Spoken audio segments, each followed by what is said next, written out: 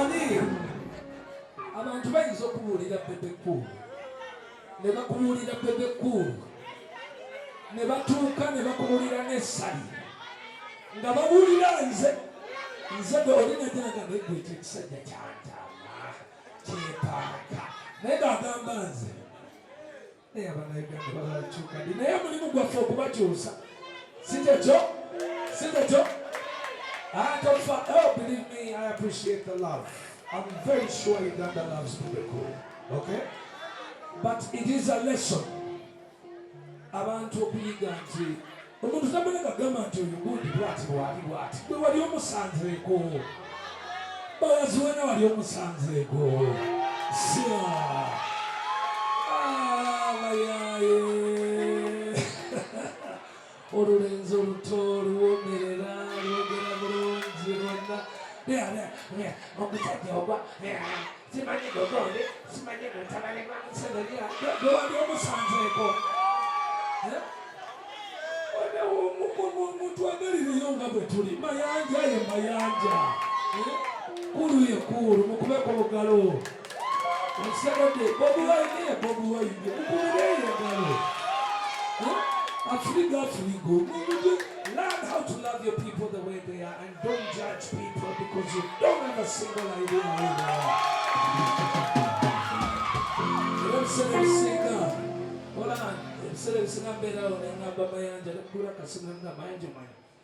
In Uganda tekubanja. Kale sikugamba simugamba nti mayanja atabuka kola moja. Uganda tekubanja kati gwoji banja. Bane tubabanja, we have done our part. We are still doing nife.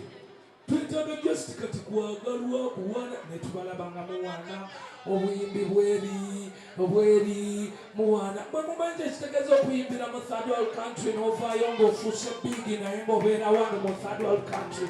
Put your hands together.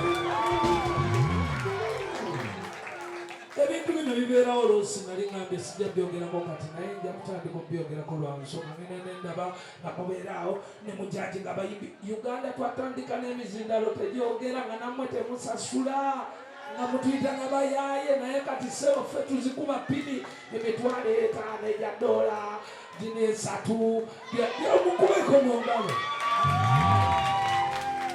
mayanja zino galubindi z'ennyambaga eyazimba olunaku lwe yasemba okujja wano naye ennaku zino z'ennyambala zokomayi lwaki reflection girabira wano mutabani wange yadde nze nazimbazimba naye kati mpita mu reflection eyo okitegedde.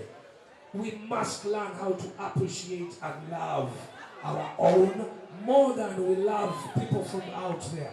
Esente tuzikole nga zisigala wano e Uganda ne mukwata emitwalo simanyi era nze kyomula sikyayimbayimba Bebe Cool milioni 5 10 kudiru chinga bakajele ambawa mitwalo 5 3 10 imali mujituwe wano tujisigaze mwenga twasake omba kubendo mwe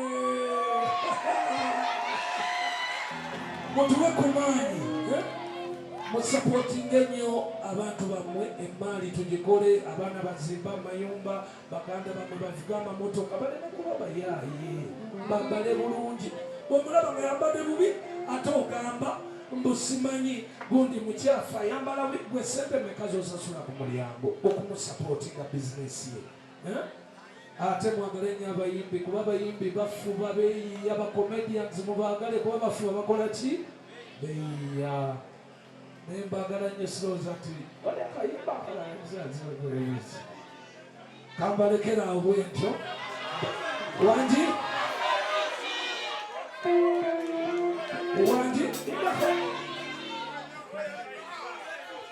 bogere tumikula kasepiki olaba DJ ngoma oba nampitawo ku kasepiki mu musaasiro omusajja koza katandika katema inudo kayimba atebe munange nenji ekirenga yitobanenda emikwane gyetanzimba nenjebwa nabonna batagagaliza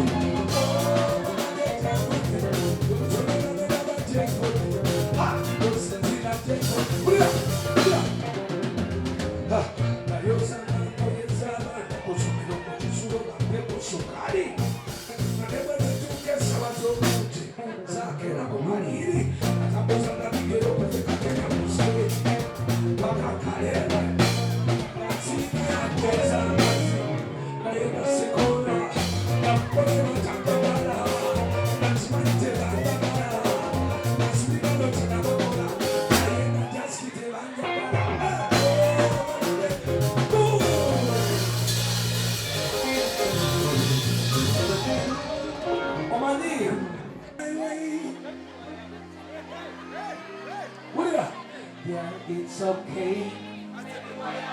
What? Baby, what?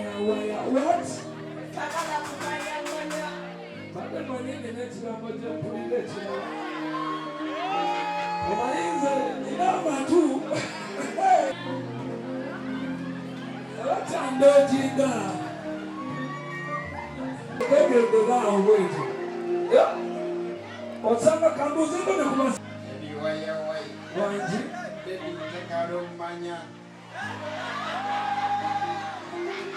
wanji it's okay wanji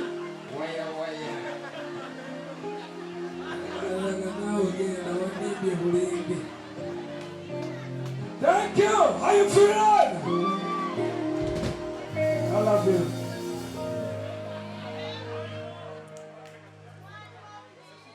Wina kaimba kumagala baibiro. Hey.